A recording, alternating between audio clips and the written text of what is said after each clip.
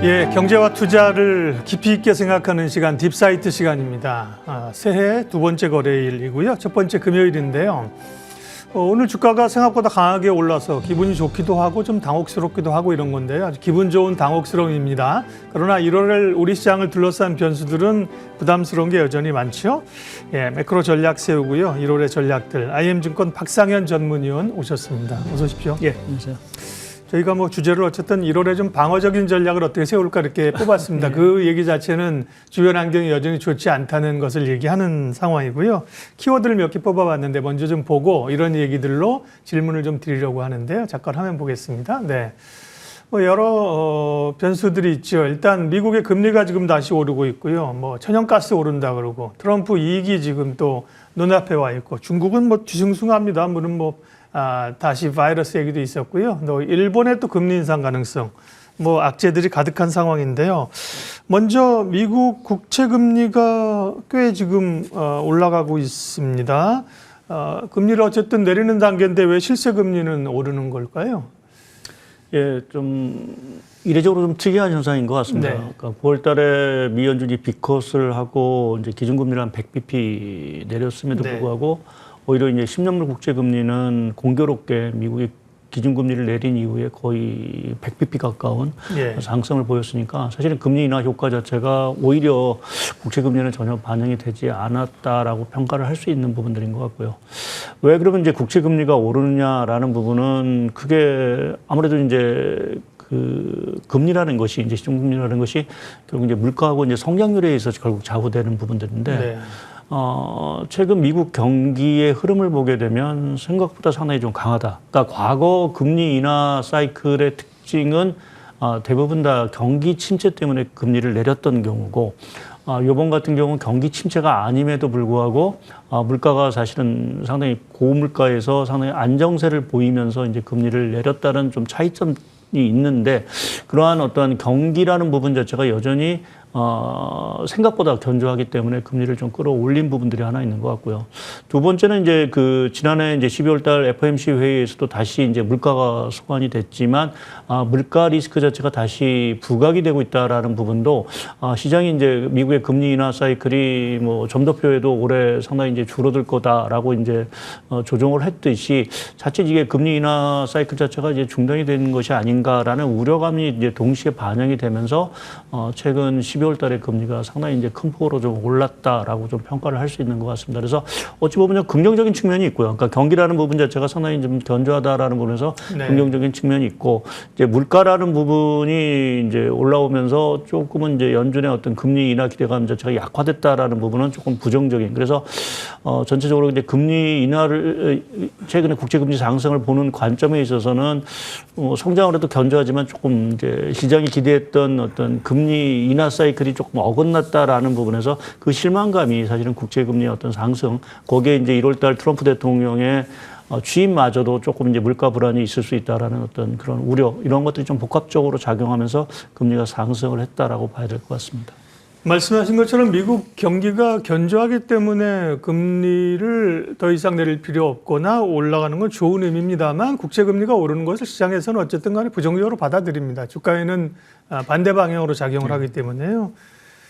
한 4.5 정도, 한 4.3 정도 떨어졌을 때 4.5가 위쪽으로 좀 걸리는 선이지 않겠나 했는데 4.5를 뚫고 4.6까지도 터치를 했죠. 지금 4.56인가 57 정도를 하고 있는데 미국의 또 기관들에서는 5% 넘을 거라는 얘기도 올가에서는 있습니다. 대략 상정할 수 있는 위쪽으로의 범위는 어느 정도 될까요?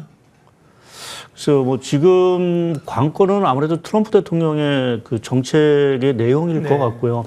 그 내용이 이제 시장의 예상을 보다 상당히 조금 뭐 호기시하다, 좀 더 강한 어떤 그 정책에 대한 얘기들을 한다고 하면 국채 금리 자체가 다시 5%를 터치할 가능성도 배제할 수는 없을 것 같습니다. 네. 그러니까 지금 관세 정책이라든지 또 특히 이제 이민자 정책이 아마 우선적으로 좀 추진이 될 것 같은데요.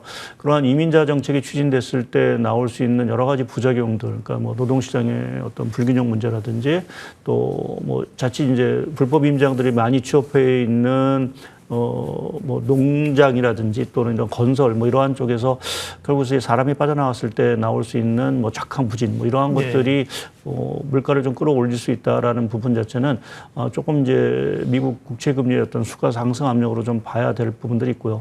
다만 이제 트럼프 대통령이 아무래도 이제 물가 때문에 당선된 대통령입니다. 그렇죠. 그래서 네. 그런 측면에서 보면은 이제 물가의 어떤 상승 또 이러한 것들을 이렇게 좌시하지는 않을 것 같고요. 그런데 그렇게 보면 좀 속도 조절이 좀 있을 거로 좀 봐서 저는 좀 상단 자체는 조금 개인적으로는 한 4.7 정도가 되지 않을까라는 쪽에 좀 판단을 하고 있습니다. 네. 근데 뭐 일시적으로는 우리 환율도 얘기하겠습니다. 뭐 환율도 그렇고 금리도 그렇고 시장의 변동성이 상당히 내재하고 있는 변동성이 크지 않습니까? 그러니까 이제 뭐 단기적일지라도 이제 위아래로 튀어내릴 가능성은 있으니까요. 5%를 뭐 터치할 수도 있다. 네. 뭐 그러니까 금리 발작이라는 단어는 국내에서는 사실 잘 별로 좋은 의미 잘 안 쓰는데 영어에서 이제 텐트럼이라는 단어를 쓰니까 해석을 하다 보니까 무슨 금리 발작이 이렇게 나오는 겁니다. 어떻게 보면 이제 금리의 변동성 확대 뭐 이 정도가 이제 맞는 거죠. 결국은 이제 물가 부분을 또 얘기를 해야 됐는데 물가는 이제 이전에 고물가가 좀 서서히 안정되는 구간으로 이것도 뭐 영어를 좀 쓰면 디스인플레이션 구간으로 접어든 것 같았는데 말씀하신 불법 임자 추방에 따른 인건비 상승 게다가 천연가스 가격이 지금 오르면서 이게 물가를 자극할까 우려가 됩니다. 물가 지표들을 또 다시 확인해야 될 상황이 왔네요. 예, 특히 이제 1월 달에 발표된 12월 물가가 상당히 그런 면에서 좀 중요할 거로 보고 있고요. 그러니까 여하튼 미 연준이 물가에 대해서 여전히 다시 신경을 쓰겠다라고 강조를 했기 때문에 결국 이제 12월 달에 물가 자체, 그러니까 1월 이제 한 15일에 발표된 소비자 물가 자체가 어떻게 나올지라는 부분이 아무래도 말씀드린 이제 국채 금리라든지 이러한 것들에 상당히 큰 영향을 미칠 것 같고요. 특히 지금 1월 달을 FOMC 회의는 뭐 대부분 다 동결을 예상을 하고 있는 상황들이고 문제는 이제 3월에 금리를 인하할 거냐라는 어떠한 부분들인데 그 3월 금리 인하 부분에 있어서의 중요한 영향이 아마 1, 2월 물가가 되지 않을까라는 측면에서 1월 물가가 상당히 좀 중요한 부분들인 것 같고요.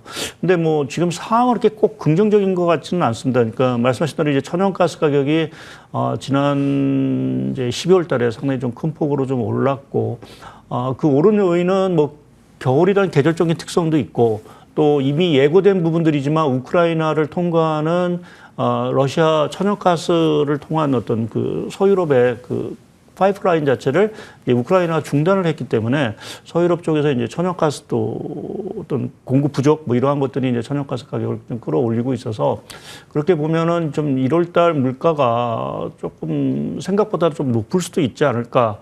라는 쪽에서 이제 1월 물가에 대한 어떤 경계감이 사실은 좀 있는 부분들이 있고요. 그래서 관련해서 오늘 이제 ISM 제조업 지수가 발표가 됩니다. 그 세부 항목 중에서 보면 이제 물가 지수 항목이 있거든요. 그래서 오늘 이제 그러한 물가 지수 항목이 어느 정도 오르느냐라는 부분 자체는 아마 그 저희가 12월 달 소비자 물가를 판단하는데 아마 좋은 좀 잣대 특가를 좀 할 수 있는 부분들이어서 여하튼 요번 그 발표될 1월에 발표된 12월 물가에 대해서는 조금 좀 경계감을 가지고 저희가 조금 대해야 되지 않을까 좀 생각을 하고 있습니다. 네. 1월 15일 중순에 미국의 12월 CPI가 발표되고요. 월말 가면 이제 PCE 나오겠죠. 12월 지표 또 넘어가면서 1월 지표들 물가가 중요합니다. 그러니까요. 천연가스가 어떻게 생각하면 우크라이나가 러시아랑 전쟁하면서 어떻게 가스관을 열어줬지 이런 생각도 할 수 있는데 그걸 유럽에서 받으니까요. 그죠?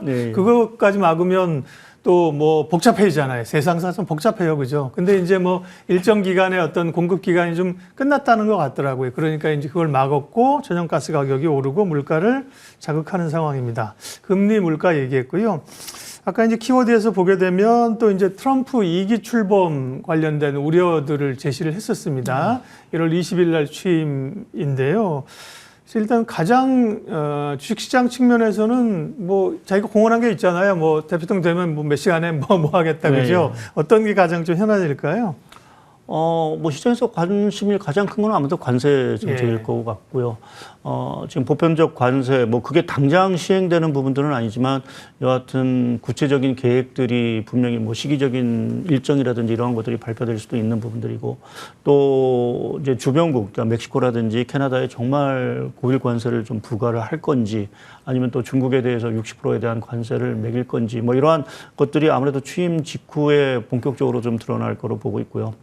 뭐 이러한 관세 정책이 저희가 이제 주목하는 부분 자체는 뭐 이게 좀 어떻게 보면 의견이 갈리고 있는 것들이 트럼프 일기 당시와 이제 비슷하게 이게 협상용 관세의 어떤 그런 공약이 아니냐라는 이제 한측의 시각이 있고 네. 한편에서는 좀 파괴적인 관세일 수도 있다. 그러니까 정말 일기와는 다르게 어떤 미국의 무역 수지 적자를 줄이기 위해서 정말 그 높은 고율 관세 자체를 매길 수도 있다. 그래서 지금 시장이 오히려 그 부분에 대해서 조금은 평가 자체가 조금 너무 뭔가 조금 과소평가하고 있는 것이 아닌가라는 좀 시장의 우려도 분명히 좀 있는 것 같습니다. 그래서 여하튼 트럼프 대통령 취임과 더불어서 나타날 이 관세 정책에 대한 구체적인 내용과 일정들이 아무래도 글로벌 뭐 경기 이러한 쪽에는 상당히 중요한 역할을 할 수밖에 없기 때문에 그 부분을 이제 주목을 하는 부분들이고요.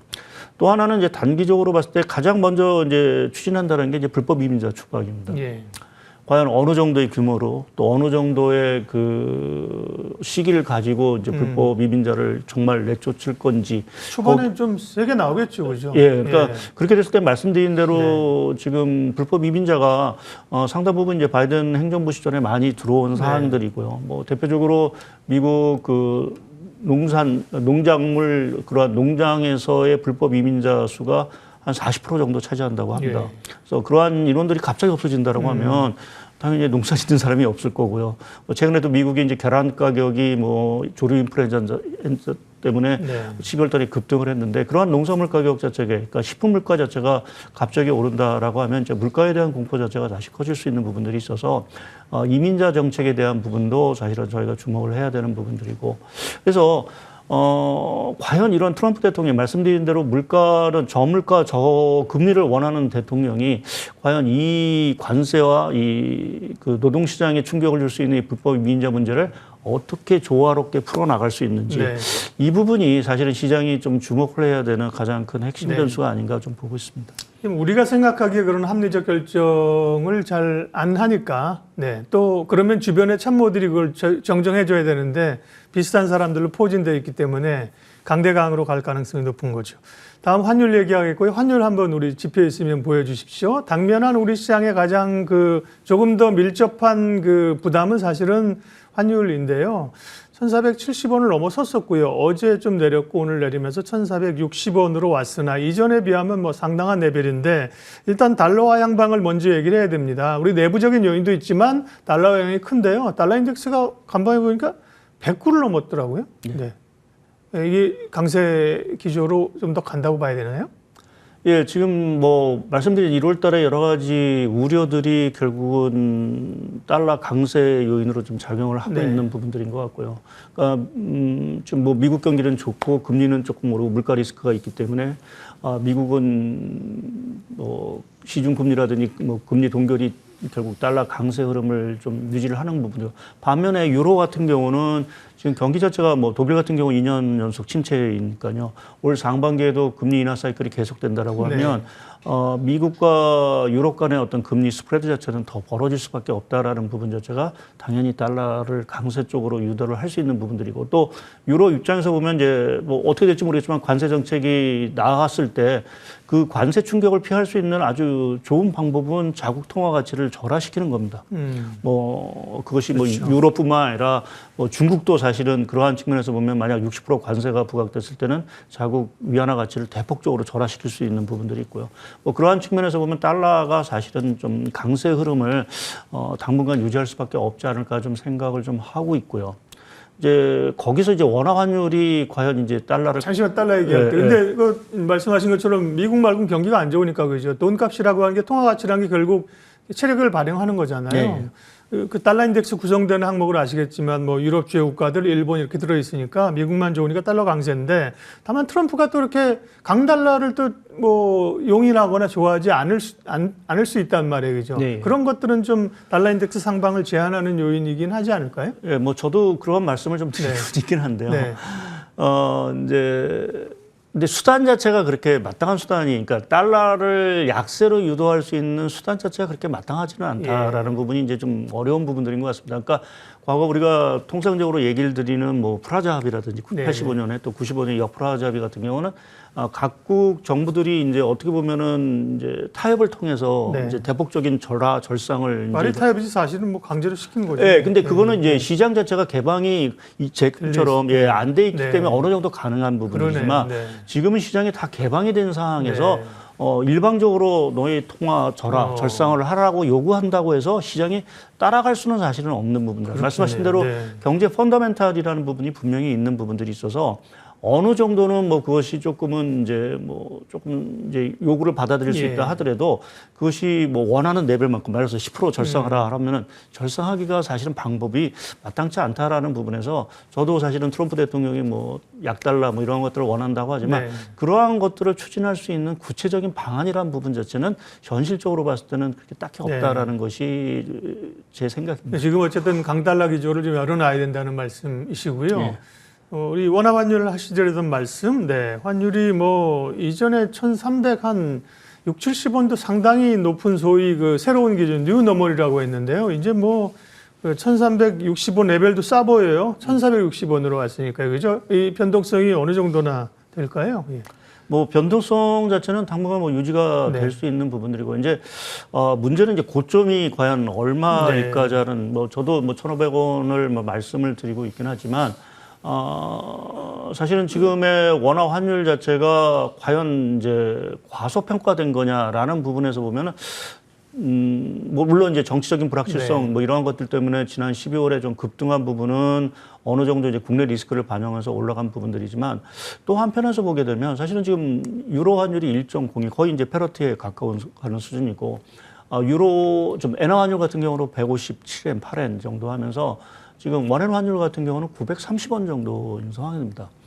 그러한 그 달러만 보지 말고 만약 우리가 엔화하고 유로화를 같이 비교해 봤을 때 결국 지금의 1,400원대 환율 자체는 물론 뭐 절대적인 레벨은 높긴 하지만 다른 통화의 어떤 약세 수준과 비교해 봤을 때는 그렇게 큰 폭의 약세는 아닐 수 있다라는 쪽으로 저는 좀 판단을 좀 하고 있고요. 다만 이제 1,500원을 넘어가는 부분에 있어서는 만약 그러한 경우가 발생했을 때는 아마 그 달러 강세의 어떤 급격한 요인보다는 사실은 국내의 어떤 여러 가지 정치적인 불안 문제 지속, 거기에 따른 국내 경제의 어떤 추가 악화, 이러한 리스크가 상당 부분 반영이 되지 않을까. 그러니까 예를 들어서 우리 국가 신용 등급 자체가 뭔가 하향 조정됐다든지 뭐 이러한 사태가 됐을 경우가 아마 1,500원 선을 좀 넘어가는 부분들일 것 같고요.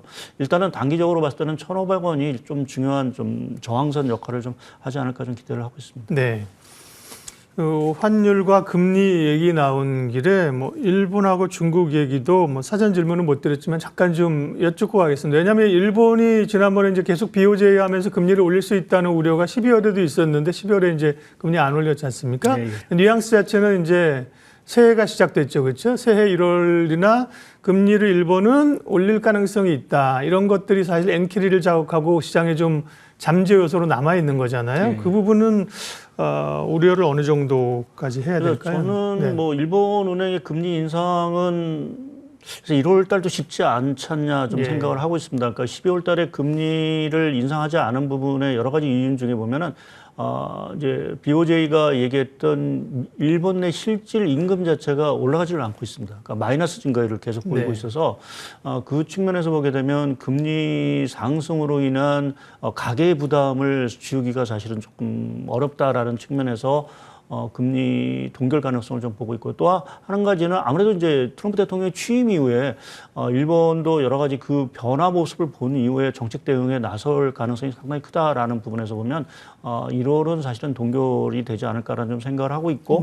또 중요한 거는 이제 일본의 금리 인상 속도가 설사 1월에 인상을 하더라도 상당히 더디게 움직일 거다라는 측면에서 보면 엔키리 트레이드 청산 이러한 우려 자체는 그렇게 크지 않지 않나 보고 있습니다. 다행이네요. 예.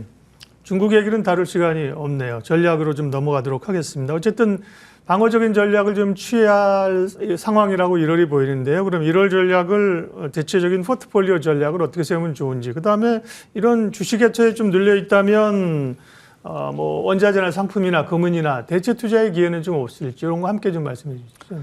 예, 물론 이제 여러 가지 리스크가 있긴 네. 하지만 뭐 말씀드린 대로 미국 경제가 여전히 좀 강한 흐름을 좀 보이고 있고요. 네.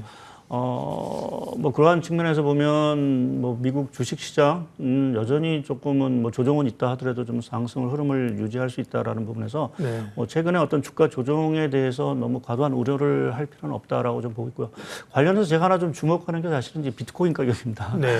그러니까 이 비트코인 가격을 뭐 투자를 하자 뭐 그런 개념보다는 사실은 이 비트코인이 아무래도 미국의 기술주라든지 이러한 흐름과도 거의 연동 관계가 높은 부분들이고요. 네. 또 유동성 흐름을 사실은 좀 저희가 가늠하는 그렇죠. 좀 중요한 예. 잣대 역할을 합니다. 그래서 최근에 비트코인 가격이 사실은 좀 하락을 했다 다시 상승한다라는 부분 자체는 말씀드린 대로 기술주라든지 유동성 자체가 여전히 유효하다라는 측면에서 저는 뭐 기술주에 대한 부분은 여전히 유효한 부분들이고요. 국내 입장에서는 사실은 지금 원화 환율 자체가 상당히 높은 부분이 뭐 우려스러운 부분들이긴 하지만 또 한편에서 보게 되면 뭐 수출 대형 기업에는 상대적으로 유리할 수밖에 없는 부분들입니다. 그래서 네. 뭐 방어적인 측면에서도 당분간은 뭐 수출 대형주 중심으로 좀 가야 될 필요가 있고요.